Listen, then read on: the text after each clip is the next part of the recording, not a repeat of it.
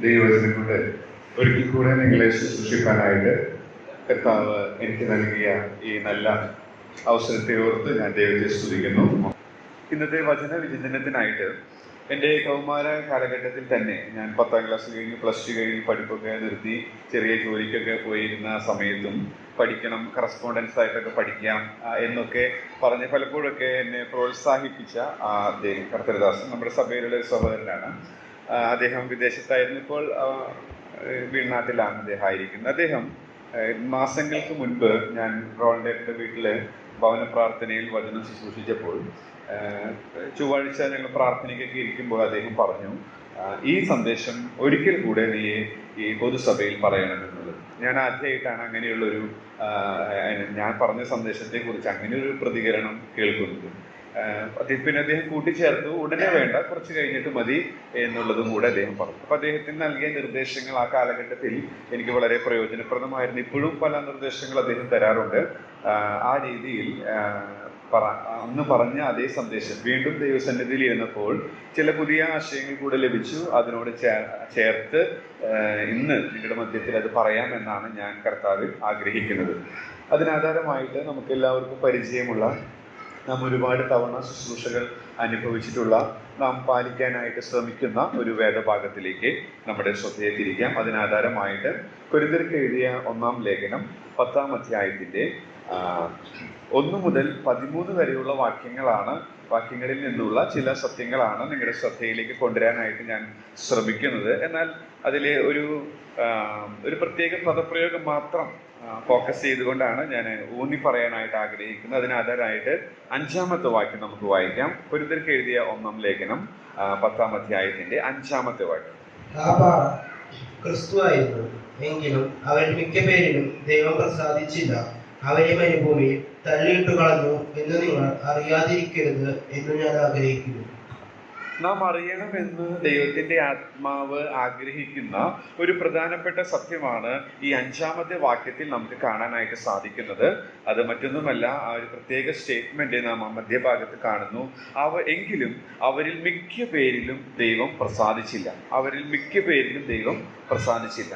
ഈ ആരാണ് അവർ എന്ന് നാം ആ ഭാഗത്തോട് 10-ാം അധ്യായത്തിന്റെ 1 മുതൽ 13 വരെയുള്ള വാക്യങ്ങളിൽ, അല്ലെങ്കിൽ അതിന് തൊട്ടു മുകളിലുള്ള, നാം ഇപ്പോൾ വായിച്ച വാക്യത്തിന്റെ തൊട്ടു മുകളിലുള്ള വാക്യങ്ങളോട് ചോദിച്ചാൽ ആരായിരുന്നു ഇവർ? മിക്ക പേരിലും ദൈവം പ്രസാദിച്ചില്ല എന്ന് പറയുന്നവർ ആരാണ് എന്ന് ചോദിച്ചാൽ 1-ാം വാക്യം നമുക്ക് ഉത്തരം നൽകും. സഹോദരന്മാരെ, നമ്മുടെ പിതാക്കന്മാരെല്ലാവരും മേഘത്തിൻ കീഴിലായിരുന്നു. അങ്ങനെ അതിൽ നിന്ന് ഒരു കാര്യം നമുക്ക് നമ്മുടേതായ ഭാഷയിൽ ചിന്തിക്കാനായിട്ട് സാധിക്കും. ആരാണ് ഇവർ? മിക്ക പേരിലും ദൈവം പ്രസാദിച്ചില്ല എന്ന് പറയുന്ന ഇവർ ആരാണ് എന്ന് ചോദിച്ചാൽ എല്ലാവരും മേഘത്തിൻ കീഴായിരുന്നു. എന്ന് വെച്ചാൽ ദൈവിക സംരക്ഷണവും ദൈവിക കരുതലും ദൈവിക നടത്തിപ്പും അനുഭവിച്ചവരായിരുന്നു ഇവർ. എങ്കിലും അവരിൽ മിക്ക പേരിലും ദൈവം പ്രസാദിച്ചില്ല. ആരാണ് ഇവർ എന്ന് ഒന്നുകൂടെ നാം ആ വേദഭാഗത്തോട് ചോദിച്ചാൽ നമുക്ക് 2-ാം വാക്യം മറുപടി നൽകും. എല്ലാവരും സമുദ്രത്തിലൂടെ കടന്നു, എല്ലാവരും മേഘത്തിലും സമുദ്രത്തിലും സ്നാനമേറ്റ് മോശയോട് ചേർന്നു. അപ്പൊ ദൈവികമായ വിടുതൽ അനുഭവിച്ചവരായിരുന്നു ഇവർ. എങ്കിലും അവരിൽ മിക്ക പേരിലും ദൈവം പ്രസാദിച്ചില്ല. ദൈവിക സംരക്ഷണവും ദൈവത്തിന്റെ കരുതലും ദൈവത്തിന്റെ നടത്തിപ്പും ദൈവത്തിന്റെ വിടുതലും അനുഭവിച്ചവരായിരുന്നിട്ടും അവരിൽ ദൈവം പ്രസാദിച്ചില്ല എന്നാണ് നമുക്ക് അവിടെ വായിക്കാനായിട്ട് സാധിക്കും. വീണ്ടും അതേ ചോദ്യം നാം ആ വാക്യത്തോട് ചോദിച്ചാൽ 3-ാം വാക്യം നമുക്ക് ഉത്തരം നൽകുന്നത് ആരാണ് ഇവർ എന്ന് ചോദിച്ചാൽ 2-ാം വാക്യത്തിന്റെ അവസാന ഭാഗത്ത് കാണുന്നത് മോശയോട് ചേർന്നു എന്നുള്ള ദൈവിക നേതൃത്വത്തോട് ചേർന്നവരാണ്, അല്ലെങ്കിൽ അത് അംഗീകരിച്ച് മുന്നോട്ട് പോയവരാണ്. എങ്കിലും അവരിൽ മിക്ക പേരിലും ദൈവം പ്രസാദിച്ചില്ല. ആരാണ് അവർ എന്ന് ചോദിച്ചാൽ 3-ാം വാക്യം നമുക്ക് ഉത്തരം നൽകുന്നുണ്ട്. സ്വർഗീയമായ ആഹാരം ഭുജിച്ചവരായിരുന്നു ഇവർ. എങ്കിലും അവരിൽ മിക്ക പേരിലും ദൈവം പ്രസാദിച്ചില്ല. വീണ്ടും നാം ചോദിക്കുകയാണ് ആരാണ് അവർ എന്ന് ചോദിച്ചാൽ അടുത്ത വാക്യം നമുക്ക് ഉത്തരം നൽകുന്നു. സ്വർഗീയമായ പാനീയം കുടിച്ചവരായിരുന്നു ഇവർ. എങ്കിലും അവരിൽ മിക്ക പേരിലും ദൈവം പ്രസാദിച്ചില്ല. അർത്ഥാൽ മറ്റൊരു ജനതയ്ക്കും ലഭിക്കാത്ത മഹാഭാഗ്യം ലഭിച്ചവരായിരുന്നു അവർ. സ്വർഗത്തിൽ നിന്ന് നേരിട്ട് ലഭിക്കുന്ന ഭക്ഷണം ഭുജിച്ചവർ, സ്വർഗത്തിന്റെ കരുതൽ അനുഭവിച്ചവർ, അത് ശരിയായ രീതിയിൽ നേരിട്ട് അനുഭവിച്ചവർ. പക്ഷേ ദൈവം അവരെ കുറിച്ച് സാക്ഷ്യപ്പെടുത്തുന്ന വാചകമാണ് ഞാൻ പ്രാരംഭത്തിൽ വായിച്ചു കേൾപ്പിച്ചത്. എങ്കിലും അവരിൽ മിക്ക പേരിലും ദൈവം പ്രസാദിച്ചില്ല. ഈ വാക്യം ചില മാസങ്ങൾക്ക് മുൻപ് ഞാൻ ധ്യാനിച്ചപ്പോൾ ഈ സാക്ഷ്യമാണോ എന്നെ കുറിച്ച് കർത്താവ് പറയുന്നത് എന്ന് ചിന്തിക്കാൻ ഇടയായിട്ട്, അതുകൊണ്ടാണ് അതിൻ്റെ മുൻപിൽ ഇരുന്നപ്പോൾ ലഭിച്ച ചില കുറിപ്പുകൾ നിങ്ങളുമായിട്ട് പങ്കുവയ്ക്കാനായിട്ട് ഞാൻ ശ്രമിച്ചത്. എങ്കിലും അവരിൽ മിക്ക പേരിലും ദൈവം പ്രസാദിച്ചില്ല. എന്നെ കുറിച്ച് ദൈവം സാക്ഷ്യപ്പെടുത്തുന്നത് ഇതാണോ? കൊരിന്ത്യരെ കുറിച്ച് ദൈവത്തിന്റെ ആത്മാവ് രേഖപ്പെടുത്തിയിരിക്കുന്നത് അതാണ്. നമുക്കറിയാം, കൊരിന്ത്യ ലേഖനത്തിലെ അപ്പോസ്തലനായ പൗലോസ് ഈ ഒമ്പതാം അധ്യായത്തിന്റെ അവസാന ഭാഗത്തെ തുടർന്നാണല്ലോ ഈ പത്താം അധ്യായത്തിലേക്ക് കടക്കുന്നത്. 9-ാം അധ്യായത്തിന്റെ അവസാന ഭാഗത്ത് ആത്മനിയന്ത്രണമില്ലാതെ ജീവിക്കരുത്, ആത്മനിയന്ത്രണം പ്രയോജനകരമായ ഒരു ജീവിതത്തിന് ആവശ്യമാണ് എന്ന് പറഞ്ഞുകൊണ്ട് ഇങ്ങനെ ജീവിക്കാത്ത ഒരു തലമുറയുടെ ദൃഷ്ടാന്തം കൊരിന്ത്യരോട് അവതരിപ്പിക്കുകയാണ്. അവർക്ക് സംഭവിച്ചിട്ടുള്ള ഈ അപകടം, അല്ലയോ കൊരിന്ത്യരെ, നിങ്ങൾക്കും സംഭവിക്കാൻ സാധ്യതയുണ്ട്, അതുകൊണ്ട് നാം സൂക്ഷിക്കണം, നിങ്ങൾ ഈ കാര്യം അറിയണം എന്നാണ് 5-ാമത്തെ വാക്യത്തിൽ പറയുന്നത്.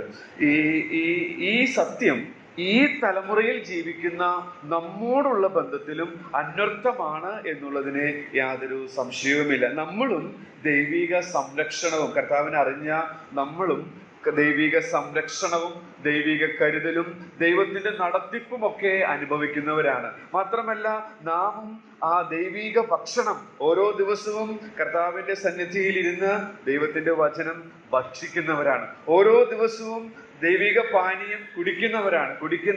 എന്നാൽ ഈ ഇസ്രായേൽ മക്കളെ പോലെ കൊരിന്ത്യർക്കും ഇങ്ങനെയുള്ള അപകടം സംഭവിക്കാൻ സാധ്യതയുണ്ടെന്ന് പൗലോസ് ഓർമ്മിപ്പിച്ചതുപോലെ നമ്മുടെ ജീവിതത്തിലും ദൈവത്തിന് പ്രസാദമില്ലാത്ത ജീവിതം കാഴ്ചവെക്കാനായിട്ട് സാധ്യതയുണ്ട്.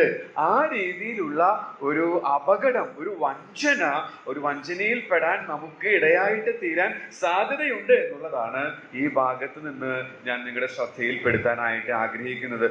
നമ്മുടെ ഭാഷയിൽ ഒന്നുകൂടെ ലളിതമായി പറഞ്ഞാൽ, നാം പ്രാർത്ഥിക്കുന്നുണ്ട്, സഭായോഗങ്ങൾക്ക് പോകുന്നുണ്ട്, സുവിശേഷം അറിയിക്കുന്നുണ്ട്, കർത്താവിന് കൊടുക്കുന്നുണ്ട്, അതുപോലെ തന്നെ മാനുഷികമായ രീതിയിൽ നാം നോക്കുമ്പോൾ എല്ലാം നല്ല രീതിയിൽ ചെയ്യുന്നുണ്ട്. പക്ഷേ കർത്താവ് നമ്മെ വിലയിരുത്തുമ്പോൾ എന്ത് സാക്ഷ്യമാണ് പറയുന്നത് എന്നുള്ളത് സ്വയം പരിശോധനയ്ക്കായിട്ടാണ് ഈ വേദഭാഗം വായിച്ചപ്പോൾ എനിക്ക് ഇടയായിട്ട് തീരുന്നത്. എങ്കിലും നിന്നിൽ ഞാൻ പ്രസാദിക്കുന്നില്ല എന്നുള്ള സാക്ഷ്യമാണോ വ്യക്തിപരമായി എനിക്കും നിങ്ങൾക്കും കേൾക്കാനായിട്ട് സാധിക്കുന്നത് എങ്കിൽ നാം പരാജയപ്പെട്ടുകൊണ്ടിരിക്കുന്നു.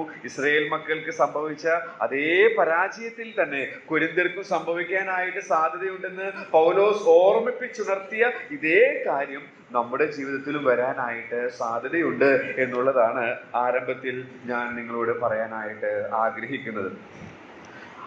എന്തുകൊണ്ടാണ് ഇസ്രായേൽ മക്കൾക്ക് അത് സാധിക്കാതിരുന്നത്? അല്ലെങ്കിൽ എന്തുകൊണ്ടാണ് നമുക്ക് ഈ രീതിയിലുള്ള അപകടം വരാൻ സാധ്യതയുള്ളത് എന്നുള്ളതിന് 3 കുറിപ്പുകൾ ഈ വേദഭാഗത്ത് നിന്ന് നമുക്ക് കണ്ടെത്താനായിട്ട് സാധിക്കും. ഒരുപാട് കാരണങ്ങൾ നമുക്ക് കാണാനായിട്ട് സാധിക്കുമെങ്കിലും സമയപരിധിക്കുള്ളിൽ നിന്നുകൊണ്ട് 3 പ്രധാനപ്പെട്ട കാര്യങ്ങൾ, എന്നെ സംബന്ധിച്ച് വളരെ പ്രധാനപ്പെട്ടതായി തോന്നിയ കാര്യങ്ങൾ നിങ്ങളുടെ ശ്രദ്ധയിലേക്ക് കൊണ്ടുവരുവാനായിട്ട് ആഗ്രഹിക്കും. എന്തുകൊണ്ട് അവരിൽ പ്രസാദിച്ചില്ല? ഇത്രമാത്രം ദൈവികമായ അത്ഭുതങ്ങളും അടയാളങ്ങളും കരുതലുകളും നടത്തിപ്പും ദൈവിക സംരക്ഷണവും എല്ലാം അനുഭവിച്ച് ആസ്വദിച്ച ആ ജനത്തെ കുറിച്ച് ദൈവത്തിന്റെ ആത്മാവ് സാക്ഷ്യപ്പെടുത്തുന്നത്, എങ്കിലും അവരിൽ മിക്ക പേരിലും പ്രസാദിച്ചില്ല. അങ്ങനെയെങ്കിൽ എന്താ അതിന്റെ കാരണം? ഈ അപകടം എന്തുകൊണ്ടാണ് കൊരിന്ത്യർക്ക് വരാൻ സാധ്യതയുണ്ടെന്ന് ദൈവത്തിന്റെ ആത്മാവ് പറയുന്നത്? അങ്ങനെയെങ്കിൽ ഈ നൂറ്റാണ്ടിൽ ജീവിക്കുന്ന നമുക്ക് ഈ അപകടം വരാൻ സാധ്യതയുള്ളത് എന്തുകൊണ്ടാണ് എന്നുള്ളത് ഒന്ന് നിങ്ങളുടെ ശ്രദ്ധയിലേക്ക് അറിവുള്ളതാണെങ്കിലും ഒന്ന് ഓർമ്മിപ്പിക്കാനായിട്ട് ഞാൻ ആഗ്രഹിക്കുകയാണ്. അതിനാധാരമായിട്ട് 9-ാം അധ്യായത്തിന്റെ അവസാനത്തെ വാക്യം, 10-ാം അധ്യായം തുടങ്ങുന്നതിന് തൊട്ട് മുൻപുള്ള വാക്യം നമുക്ക് വായിക്കാം. അത് 1-ാമത്തെ കാരണം നമ്മുടെ ശ്രദ്ധയിലേക്ക് കൊണ്ടുവരുന്നുണ്ട്. മറ്റുള്ളവരോട് പ്രസംഗിച്ച ശേഷം ഞാൻ തന്നെ കൊള്ളരുതാത്തവനായി പോകാതിരിക്കേണ്ടതിന് എന്റെ ശരീരത്തെ ദണ്ഡിപ്പിച്ച് അടിമയാക്കുകയത്രേ ചെയ്യുന്നത്. ഓക്കെ, ഇവിടെ അപ്പോസ്തലനായ പൗലോസ് ചെയ്യുന്ന അനുഭവം താൻ ശ്രമിക്കുന്ന ഒരു കാര്യം പറയുകയാണ്. മറ്റുള്ളവരോട് പ്രസംഗിച്ച ശേഷം അല്ലെങ്കിൽ മറ്റുള്ളവരോട് ശുശ്രൂഷിച്ച ശേഷം ഞാൻ തന്നെ കൊള്ളരുതാത്തവനായി എന്ന് വെച്ചാൽ പ്രയോജനമില്ലാത്തവനായി പോകാതിരിക്കേണ്ടതിന് എൻ്റെ ശരീരത്തെ ദണ്ഡിപ്പിച്ച് അടിമയാക്കുകയാണ്. ഒരു ഡിസിപ്ലിൻ ആയിട്ടുള്ള ഒരു ലൈഫിന്റെ പ്രാധാന്യം അവിടെ നമുക്ക് കാണാനായിട്ട് സാധിക്കുന്നുണ്ട്. ഇസ്രായേൽ മക്കളോടുള്ള ബന്ധത്തിൽ നാം ചിന്തിച്ചാൽ അവർ ഫറവോന്റെ അടിമത്തത്തിൽ നിന്ന് വിടുവിക്കപ്പെട്ട് ദൈവിക കരുതൽ അനുഭവിച്ച് മുന്നോട്ട് വന്നെങ്കിൽ തന്നെയും പാപത്തിന്റെ ഭോഗങ്ങളെ അവർ ഉപേക്ഷിക്കാൻ തയ്യാറായി. പലപ്പോഴും അവർ തിരിഞ്ഞ് അതുകൊണ്ടാണ് ആവർത്തന പുസ്തകത്തിൽ നാം വായിക്കുന്നത്, നിന്നെ അടിമവീടായ മിസ്രയീമിൽ നിന്ന് കൊണ്ടുവന്ന യഹോവയെ മറക്കാതിരിക്കാൻ സൂക്ഷിച്ചുകൊള്ളുക എന്നുള്ള പ്രയോഗങ്ങൾ ആവർത്തിച്ച് നാം കാണുന്നത്. അവർ ഇത്രമാത്രം വിടുതലും കരുതലും അനുഭവിച്ചിരുന്നെങ്കിലും പിന്നിലേക്ക് ആ പാപത്തിന്റെ ഭോഗത്തിലേക്ക് തിരിയാനായിട്ടുള്ള വെമ്പൽ നമുക്ക് അവരുടെ ചരിത്രത്തിൽ നിന്ന് കാണാനായിട്ട് സാധിക്കും. അപ്പോസ്തലനായ പൗലോസ് പറയുകയാണ്, അങ്ങനെയുള്ള ഒരു അവസ്ഥ എന്നിൽ വരാതിരിക്കാനായിട്ട് ഞാൻ എൻ്റെ ശരീരത്തെ ദണ്ഡിപ്പിച്ച് അടിമയാക്കുകയാണ്. ഇതിന്റെ മനോഹരമായൊരു പരാവർത്തനം അല്ലെങ്കിൽ ഇതിന്റെ മറ്റൊരു വേർഷൻ കൊരിന്ത്യർക്ക് എഴുതിയ 2-ാം ലേഖനം 5-ാം അധ്യായത്തിന്റെ 7-ാമത്തെ വാക്യത്തിൽ 2 കൊരിന്ത്യർ 7-ാം അധ്യായത്തിന്റെ 1-ാമത്തെ വാക്യത്തിൽ അപ്പോസ്തലനായ പൗലോസ് പറയുന്നുണ്ട്. അത് പറയുമ്പോൾ കുറെ കൂടെ ഈ ഭാഗം നമുക്ക് മനസ്സിലാക്കാനായിട്ട് സാധിക്കും. അതാണ് 1-ാമത്തെ കാരണമായിട്ട് ദൈവത്തിന്റെ ആത്മാവ് എന്നെ ചൂണ്ടിക്കാണിച്ചത്. അത് മറ്റൊന്നുമല്ല, ദൈവഭയത്തിൽ വിശുദ്ധിയെ തികയ്ക്കുക. ദൈവഭയത്തിൽ വിശുദ്ധിയെ അനുദിനം തികയ്ക്കാനായിട്ട് ഇസ്രായേൽ ജനത്തിന് സാധിച്ചില്ല. എന്നാൽ ഇവിടെ അപ്പോസ്തലനായ പൗലോസ് ശ്രമിക്കുന്നത് ദൈവഭയത്തിൽ വിശുദ്ധിയെ തികച്ചുകൊണ്ട് ജീവിക്കുക. തികയ്ക്കുക എന്ന് പറയുമ്പോൾ നമ്മുടേതായ ഒരു പരിശ്രമം അവിടെ ഉണ്ട്. നാം വിശുദ്ധീകരണത്തെ കുറിച്ച് വിശദമായ ക്ലാസ് ഇവിടെ പഠിച്ചതാണ്. വിശുദ്ധീകരണത്തിൽ ദൈവത്തിന്റെ ആത്മാവ് നമ്മെ സഹായിക്കുന്നു, എന്നാൽ നമ്മുടെ പങ്കും നാം നിർവഹിക്കേണ്ടത് ആവശ്യമാണ്. ദൈവത്തിന്റെ ആത്മാവിന് നാം വിധേയപ്പെടേണ്ടത് ആവശ്യമാണ്. ആ നിലയിൽ അനുദിന ജീവിതത്തിൽ ദൈവഭയത്തിൽ വിശുദ്ധിയെ തികച്ച് ജീവിക്കുന്നില്ലെങ്കിൽ നാം പ്രാർത്ഥിക്കുന്നത് കൊണ്ടും നാം സുവിശേഷം അറിയിക്കുന്നത് കൊണ്ടും നാം മറ്റു ഒരുപാട് കാര്യങ്ങൾ ചെയ്യുന്നത് കൊണ്ടും ദൈവം നമ്മെ കുറിച്ച് ഈ ഇസ്രായേൽ മക്കളെ സാക്ഷീകരിച്ചതുപോലെ നമ്മയും സാക്ഷ്യപ്പെടുത്താനായിട്ട് സാധ്യതയുണ്ട്. നിന്നിൽ എനിക്ക് പ്രസാദമില്ല, നിന്നിൽ എനിക്ക് പ്രസാദമില്ല. നാം ഇവിടെ ഇസ്രായേൽ മക്കളെ കുറിച്ച് വായിച്ചത് എങ്കിലും അവരിൽ മിക്ക പേരിലും ദൈവം പ്രസാദിച്ചില്ല എന്നുള്ളതാണ്. അപ്പൊ 1-ാമത്തെ കാരണമായിട്ട് ഈ ഭാഗത്ത് നിന്ന് മനസ്സിലാക്കാനായിട്ട് സാധിക്കുന്നത് അനുദിന ജീവിതത്തിൽ നാം ദൈവഭയത്തിൽ വിശുദ്ധിയെ തികച്ച് ജീവിക്കണം. ദൈവഭയത്തിൽ വിശുദ്ധിയെ തികച്ച് ജീവിക്കുമ്പോൾ ദൈവത്തിന് പ്രസാദമുള്ള ജീവിതം നമുക്ക് നയിക്കാനായിട്ട് സാധിക്കും എന്നുള്ളതാണ് 1-ാമത്തേതായ പാഠമായിട്ട് നിങ്ങളുടെ ശ്രദ്ധയിൽപ്പെടുത്താനായിട്ട് ഞാൻ ആഗ്രഹിക്കുന്നത്. 2-ാമത്തെ കാര്യം എന്ന് പറയുന്നത് അതിന്റെ 13-ാമത്തെ വാക്യം നമുക്ക് വായിക്കാം. 13-ാമത്തെ വാക്യം, മനുഷ്യർക്ക് നടപ്പല്ലാത്ത പരീക്ഷ നിങ്ങൾക്ക് നേരിട്ടിട്ടില്ല. ദൈവം വിശ്വസ്തൻ. നിങ്ങൾക്ക് കഴിയുന്നതിന് മീതെ പരീക്ഷ നേരിടുവാൻ സമ്മതിക്കാതെ നിങ്ങൾക്ക് സഹിപ്പാൻ കഴിയേണ്ടതിന് പരീക്ഷയോടുകൂടെ അവൻ പോക്കുവഴിയും ഉണ്ടാക്കും. 2-ാമത്തെ പാഠം എന്ന് പറയുന്നത് അതിന്റെ 13-ാം വാക്യത്തിലെ മനുഷ്യർക്ക് നടപ്പല്ലാത്ത പരീക്ഷ നിങ്ങൾക്ക് നേരിട്ടിട്ടില്ല. ദൈവം വിശ്വസ്തൻ. നിങ്ങൾക്ക് കഴിയുന്നതിന് മീതെ പരീക്ഷ നേരിടുവാൻ സമ്മതിക്കാതെ എന്നുള്ള പ്രയോഗമാണ്. നിങ്ങൾക്ക് കഴിയുന്നതിന് മീതെ പരീക്ഷ നേരിടുവാൻ സമ്മതിക്കാതെ. ഇവിടെ ദൈവത്തെ കുറിച്ച് നാം വായിച്ച ഒരു പദപ്രയോഗം ദൈവം വിശ്വസ്തൻ ആണ് എന്നുള്ളതാണ്. ദൈവം വിശ്വസ്തൻ. ആ വിശ്വസ്തത എന്തിനാണ് ദൈവം വിശ്വസ്തൻ എന്നുള്ളതാണ് അടുത്ത പ്രസ്താവന പറയുന്നത്. അത് നാം വായിച്ചു. നിങ്ങൾക്ക് കഴിയുന്നതിന് മീതെ പരീക്ഷ നേരിടുവാൻ സമ്മതിക്കാത്തതിൽ അവൻ വിശ്വസ്തനാണ്. ഈ വിശ്വസ്തതയെ അവർ അവഗണിക്കാനിടയായിട്ടില്ല. എന്ന് വെച്ചാൽ നാം ആ 10-ാം അധ്യായത്തിന്റെ 1 മുതൽ 4 വരെയുള്ള വാക്യങ്ങളിൽ അവർ 5 കൂട്ട അനുഗ്രഹങ്ങളെയാണ് നാം കാണുന്നത്. തുടർന്നുള്ള വാക്യങ്ങളിൽ അവരുടെ 5 പാപങ്ങളെ കുറിച്ച് നാം കാണുന്നുണ്ട്. തുടർന്ന് അത് നമ്മോടുള്ള ബന്ധത്തിൽ എങ്ങനെയാണ് എന്നുള്ളതാണ് ദൈവത്തിന്റെ ആത്മാവ് ഈ 13 വരെയുള്ള വാക്യങ്ങളിൽ പറയുന്നത്. അപ്പൊ തൊട്ടുമുകളിൽ അവർ നേരിട്ട പരാജയങ്ങളെ കാണുകയാണ്. എന്തുകൊണ്ട് അവർക്ക് പരാജയം സംഭവിച്ചത്? അവർക്ക് നേരിട്ട ആ പരീക്ഷയിൽ അത് അവർക്ക് സഹിക്കാൻ കഴിയുന്ന പരീക്ഷയാണ്. അതേ അവൻ കൊടുക്കുകയുള്ളൂ, കാരണം അവൻ വിശ്വസ്തനാണ്. അപ്പോൾ ദൈവത്തിന്റെ വിശ്വസ്തതയെ അവർ അവഗണിക്കാനായിട്ട് ഇടയായിട്ട് തീർന്നു. അവർക്ക് കഴിയുന്നതിന് മീതെ പരീക്ഷ അവർക്ക് സഹിക്കാൻ കഴിയുന്നതിന് മീതെ പരീക്ഷ അവൻ അനുവദിക്കുകയില്ല എന്നുള്ള ആ സത്യം ഉൾക്കൊള്ളുവാനായിട്ട് സാധിച്ചില്ല. നമ്മെ സംബന്ധിച്ചും അത് വാസ്തവമാണ്. ദൈവം നമുക്ക് സഹിപ്പാൻ കഴിയുന്നതിന് മീതെയുള്ളതൊന്നും അനുവദിക്കുകയില്ല. ഈ വേദഭാഗം ഞാൻ ചിന്തിച്ചുകൊണ്ടിരുന്നപ്പോൾ ഒരു ദേവദാസന്റെ ഒരു കോട്ട് ഇതിനോടുള്ള ബന്ധത്തിൽ ഞാൻ വായിക്കാൻ ഇടയായിട്ട് തരും. അത് ഈ സത്യം കുറെ കൂടെ മനസ്സിലാക്കാൻ എന്നെ സഹായിച്ചു. അത് ഞാനൊന്ന് പറയാനായിട്ട് ശ്രമിക്കുകയാണ്. അദ്ദേഹം ഇതിനെക്കുറിച്ച് പരാമർശിച്ചിരിക്കുന്നത്, നിങ്ങൾക്ക് ജയിക്കാൻ കഴിയാത്ത ഒരു ക്വസ്റ്റ്യനും ഒരു ചോദ്യവും നിങ്ങളുടെ ക്വസ്റ്റ്യൻ പേപ്പറിൽ ഉണ്ടാവില്ല, ചോദ്യ പേപ്പറിൽ ഉണ്ടാവില്ല. കാരണം ദൈവം വിശ്വസ്തനാണ്. എഴുതി ജയിക്കാൻ കഴിയുന്ന പരീക്ഷയെ അവൻ അനുവദിക്കുകയുള്ളൂ. നമുക്ക് ജയിക്കാൻ കഴിയാത്ത ഒരു ചോദ്യവും ദൈവത്തിന്റെ ക്വസ്റ്റ്യൻ പേപ്പറിലില്ല. നമുക്ക് ജയിക്കാൻ കഴിയുന്ന പരീക്ഷയെ അവൻ ക്വസ്റ്റ്യൻ പേപ്പറിൽ ഇടുകയുള്ളൂ എന്നുള്ളതാണ്. എന്നാൽ ഈ ജനത്തിന് ദൈവം വിശ്വസിക്കാൻ കൊള്ളാകുന്നവനാണ്. ദൈവം എന്തു പറഞ്ഞിരിക്കുന്നുവോ അത് ചെയ്യാൻ അവൻ വിശ്വസ്തനാണ്, മതിയായവനാണ്, പ്രാപ്തനാണ് എന്നുള്ള ആ സത്യം അവർ അവഗണിക്കാൻ ഇടയായിട്ട്. നമ്മെ സംബന്ധിച്ചും അത് വാസ്തവമാണ്. നമുക്ക് എഴുതി ജയിക്കാൻ കഴിയാത്ത ഒരു ക്വസ്റ്റ്യനും ജീവിതമാകുന്ന പരീക്ഷയിലെ ക്വസ്റ്റ്യൻ പേപ്പറിൽ കർത്താവ് അനുവദിക്കുന്നില്ല. അതിൽ അവൻ വിശ്വസ്തനാണെന്ന് തിരുവെഴുത്ത് പറയുന്നു.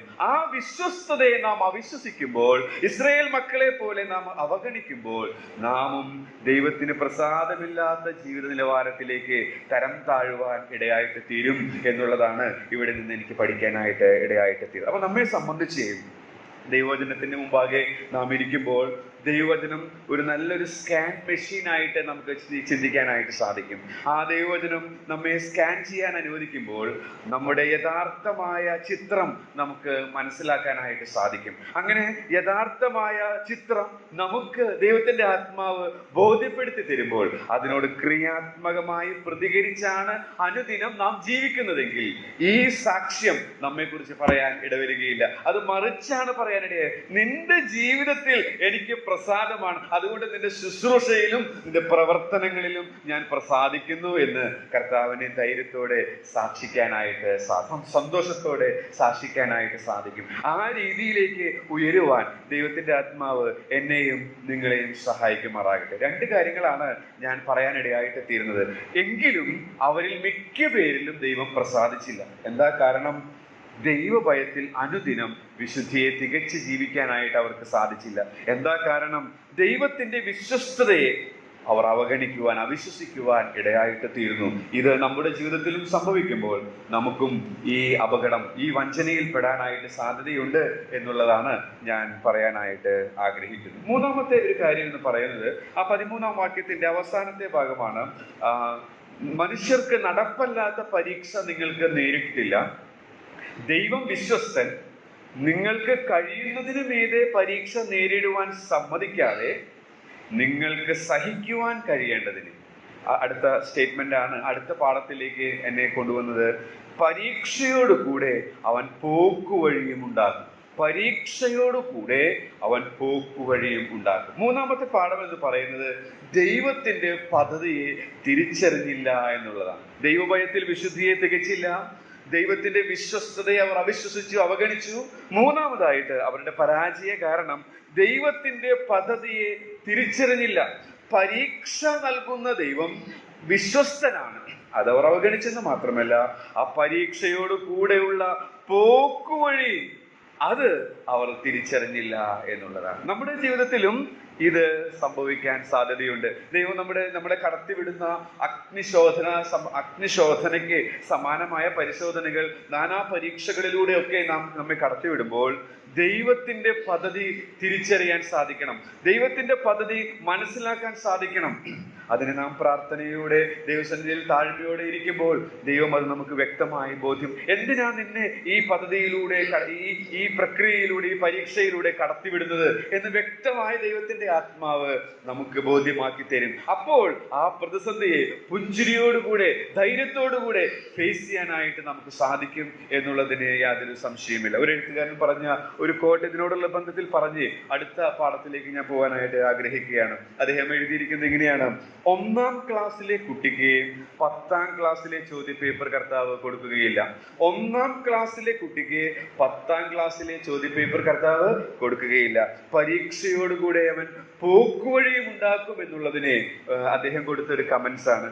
1ാം ക്ലാസ്സിലെ കുട്ടിക്ക് 10ാം ക്ലാസ്സിലെ പേപ്പർ കർത്താവ് കൊടുക്കുകയില്ല. നമ്മുടെ ക്ലാസ് ഏതാണെന്ന് നമ്മുടെ ടീച്ചറിന് വ്യക്തമായിട്ട്, നമ്മുടെ ഗുരുനാഥനെ നമ്മുടെ നിലവാരം, നാം ഏത് നിലവാരത്തിലാണ്, ഏത് സ്റ്റാൻഡേർഡിലാണെന്ന് വ്യക്തമായിട്ട് അറിയാം. ആ നിലവാരത്തിലുള്ള ക്വസ്റ്റ്യൻ പേപ്പറെ പരീക്ഷയ്ക്ക് അവൻ നൽകുകയുള്ളൂ എന്നുള്ളതാണ്. അത് ദൈവത്തിന്റെ പദ്ധതിയെ തിരിച്ചറിയുക. ദൈവത്തിന്റെ പദ്ധതികൾ തിരിച്ചറിയാൻ നമുക്ക് സാധിക്കും. ദൈവത്തിന്റെ ആത്മാവ് നമുക്ക് നൽകിയിട്ടുണ്ട്. അവൻ സകല സത്യത്തിലും വഴി നടത്താൻ മതിയായവനാണ്. പക്ഷേ പലപ്പോഴും ഇതെല്ലാം ഒരു അറിവായി മാത്രം ഇരിക്കുന്നത് കൊണ്ട്, ഇത് കേവലം അനുഭവമായി ആസ്വദിക്കാൻ കഴിയാത്തത് കൊണ്ട് അവിശ്വാസികളെ പോലെ നാമും ഒരു യാന്ത്രികമായ, ഒരു നാമധേയ ക്രിസ്ത്യാനികൾക്ക് തുല്യമായ ഒരു ജീവിതം നയിക്കുകയാണ്. ഇവിടെ ദൈവത്തിന്റെ ആത്മാവ് പറയുകയാണ്, എങ്കിലും അവരിൽ മിക്കപേരിലും അവർ പ്രസാദിച്ചില്ല. നമ്മെക്കുറിച്ച് ഈ സാക്ഷ്യമാണോ ദൈവത്തിന്റെ ആത്മാവ് പറയുന്നത്? അങ്ങനെ പറയുന്നുവെങ്കിൽ അതിന്റെ അർത്ഥം അനുദിന ജീവിതത്തിൽ നാം ദൈവഭയത്തിൽ വിശുദ്ധിയെ തികയ്ക്കുന്നില്ല. അതിന്റെ അർത്ഥം ദൈവം വിശ്വസ്തനാണ്. നമുക്ക് പറ്റിയ ക്വസ്റ്റ്യൻ പേപ്പറേ അവൻ എടുക്കുകയുള്ളൂ. അതിൽ അവൻ വിശ്വസ്തനാണെന്നുള്ളത് നാം അവഗണിക്കുകയാണ്. മാത്രമല്ല, അവന് മനോഹരമായ പദ്ധതികൾ, അവന്റെ പുത്രന്റെ രക്തം കൊടുത്ത് വിലയ്ക്ക് വാങ്ങിയ നമ്മെക്കുറിച്ചുണ്ട്. അത് നാം തിരിച്ചറിയാത്തതാണ് അതിന്റെ കാരണം എന്നുള്ളത് ഈ ഭാഗത്ത് നിന്ന് ഞാൻ നിങ്ങളുടെ ശ്രദ്ധയിലേക്ക് കൊണ്ടുവരുന്നു എന്ന് മാത്രം. ഇങ്ങനെ ഇവർ ഇവിടെ പറഞ്ഞിരിക്കുന്നത് നിഷേധാത്മകമായ കാര്യം, എന്നാൽ അതിന്റെ ക്രിയാത്മകമായ കാര്യമാണ് നമ്മോടുള്ള ബന്ധത്തിലുള്ളത്. അത് നിഷേധാത്മകമായി പറഞ്ഞിരിക്കുന്നത് അവർ പ്രസാദിച്ചില്ല എന്നുള്ളതാണ്. എന്നാൽ അതിന്റെ ക്രിയാത്മക വശം എന്ന് പറയുന്നത് ദൈവത്തിന് പ്രസാദമുള്ള ഒരു ജീവിതം നയിക്കും. ഇതിന്റെ പ്രാധാന്യം തിരിച്ചറിയാൻ 3 വാക്യങ്ങളിലേക്ക് നിങ്ങളുടെ ശ്രദ്ധയെ കൊത്തിരിക്കുകയാണ്. വിശദീകരിക്കുന്നില്ല. ഇത് അത്ര പ്രാധാന്യമുള്ള കാര്യമാണോ? 1ാം നൂറ്റാണ്ടിൽ തന്നെ അപ്പോസ്തലനായ പൗലോസ് വളരെ പ്രയോജനപ്പെട്ട ഒരു സഭയ്ക്ക് ലേഖനം എഴുതിയപ്പോൾ അദ്ദേഹം പറഞ്ഞൊരു കാര്യം നമുക്ക് ഒന്ന് വായിച്ചു കേൾക്കാം. തെസ്സലോനിക്കർക്ക് എഴുതിയ 1ാം ലേഖനം 4ാം അധ്യായത്തിന്റെ 1ാമത്തെ വാക്യം: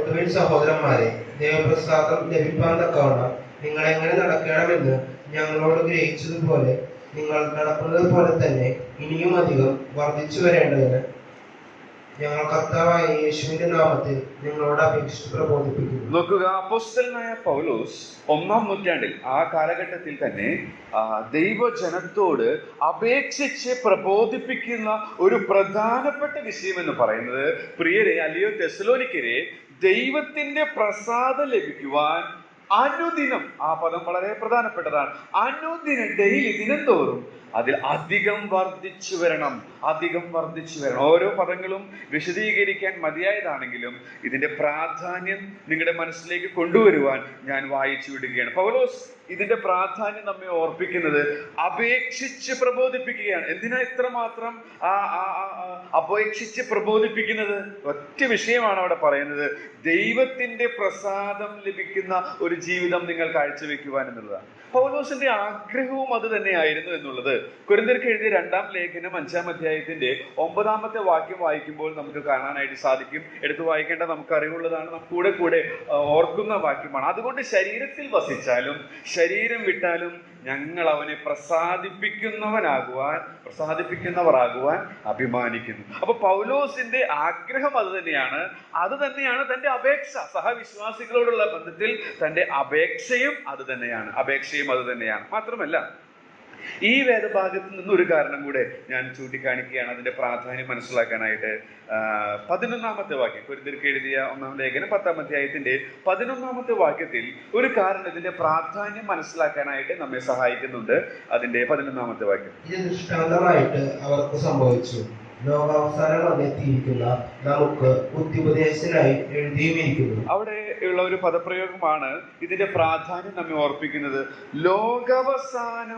ലോകാവസാനം വന്നെത്തിയിരിക്കുന്ന നമുക്ക്. ലോകാവസാനം പത്രോസിന്റെ ലേഖനത്തിൽ നാം വായിക്കുന്നുണ്ട്, എല്ലാത്തിന്റെയും അവസാനം സമീപിച്ചിരിക്കുന്നു എന്ന് വെച്ചാൽ നമ്മുടെ കഷ്ടപ്പാടിന്റെ, ബുദ്ധിമുട്ടുകളുടെ, ഞെരുക്കത്തിന്റെ, അല്ല ഈ സഭായുഗത്തിന്റെ മറുവശം പറഞ്ഞാൽ നമ്മുടെ കർത്താവ് വരുവാൻ അടുത്തിരിക്കുന്നു. അപ്പൊ കർത്താവ് വരുവാൻ അടുത്തിരിക്കുന്നു എന്ന് പറയുമ്പോൾ നമ്മുടെ നിത്യത ആരംഭിക്കുകയാണ്. അങ്ങനെ പറയുമ്പോൾ നമ്മുടെ ദിവസങ്ങൾ അവസാനിക്കുകയാണ്, അവസരങ്ങൾ അവസാനിക്കുകയാണ്.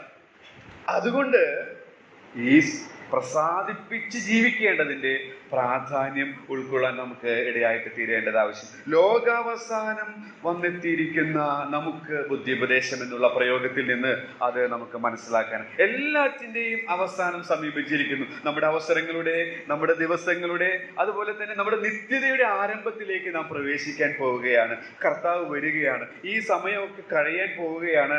അതേ അന്ത്യകാലത്തിന്റെ അന്ത്യനാളുകളിൽ നാം ആയിരിക്കുകയാണ്. അതുകൊണ്ട് കർത്താവിനെ പ്രസാദിപ്പിച്ച് ജീവിക്കുക എന്നുള്ളതിന്റെ പ്രാധാന്യം നാം ഉൾക്കൊള്ളേണ്ടത് ആവശ്യമാണ്.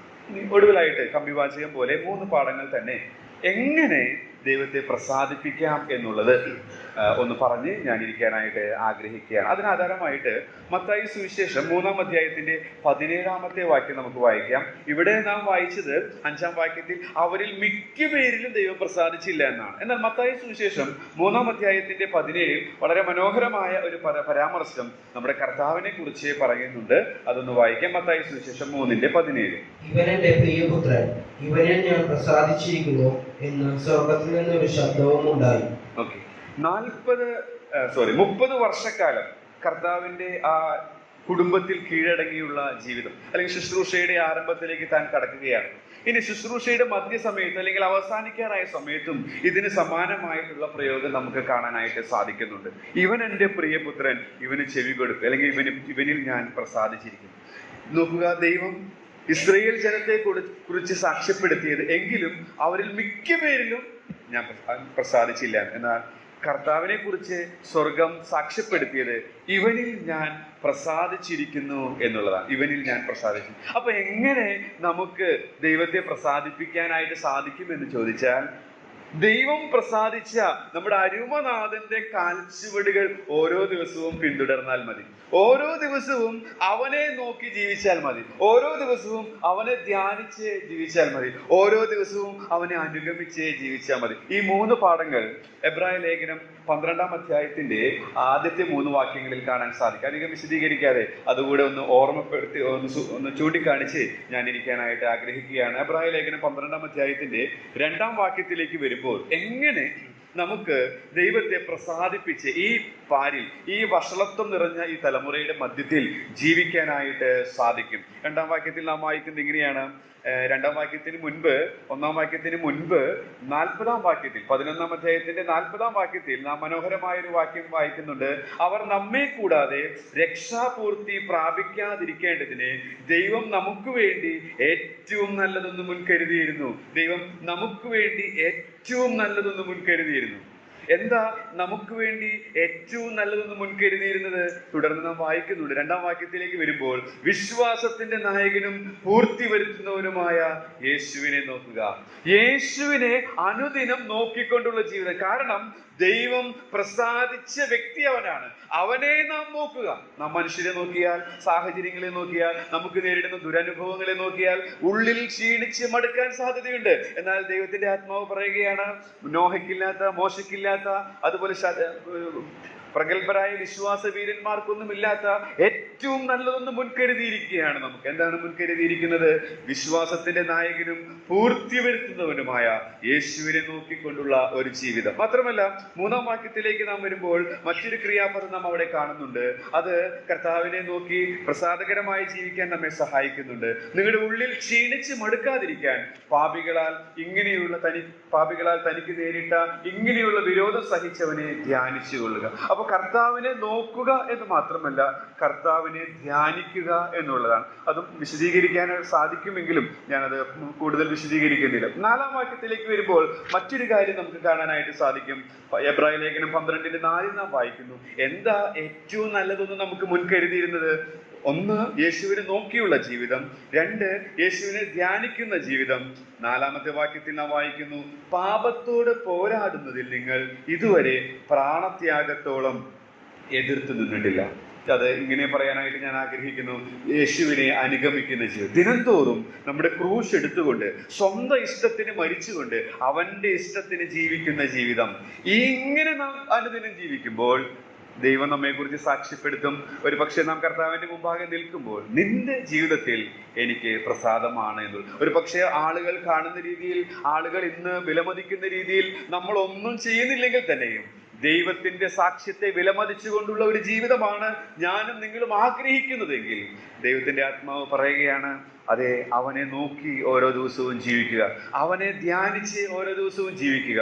ദിനംതോറും നമ്മുടെ ക്രൂശ് എടുത്തുകൊണ്ട് സ്വന്തം ഇഷ്ടത്തിന് മരിച്ച് അവന്റെ ഇഷ്ടത്തിന് ജീവിക്കാൻ ശ്രമിക്കുക. അങ്ങനെ നാം ചെയ്യുമ്പോൾ ദൈവത്തിന്റെ ഈ മനോഹരമായ സാക്ഷ്യം, തന്റെ പുത്രനെ കുറിച്ച് എന്ത് അവൻ സാക്ഷ്യപ്പെടുത്തിയോ അത് നമ്മെക്കുറിച്ചും സാക്ഷ്യപ്പെടുത്താനായിട്ട് ഇടയായിട്ട് തീരും. ഇന്ന് രാവിലെ ഞാൻ നിങ്ങളുടെ ശ്രദ്ധയിലേക്ക് കൊണ്ടുവരുവാനായിട്ട് ശ്രമിച്ച കാര്യം എന്ന് പറയുന്നത്, എങ്കിലും അവരിൽ മിക്ക പേരിലും ദൈവം പ്രസാദിച്ചില്ല. 3 കാരണങ്ങൾ ഞാൻ സൂചിപ്പിക്കാൻ ഇടയായിട്ട് തീർന്നു.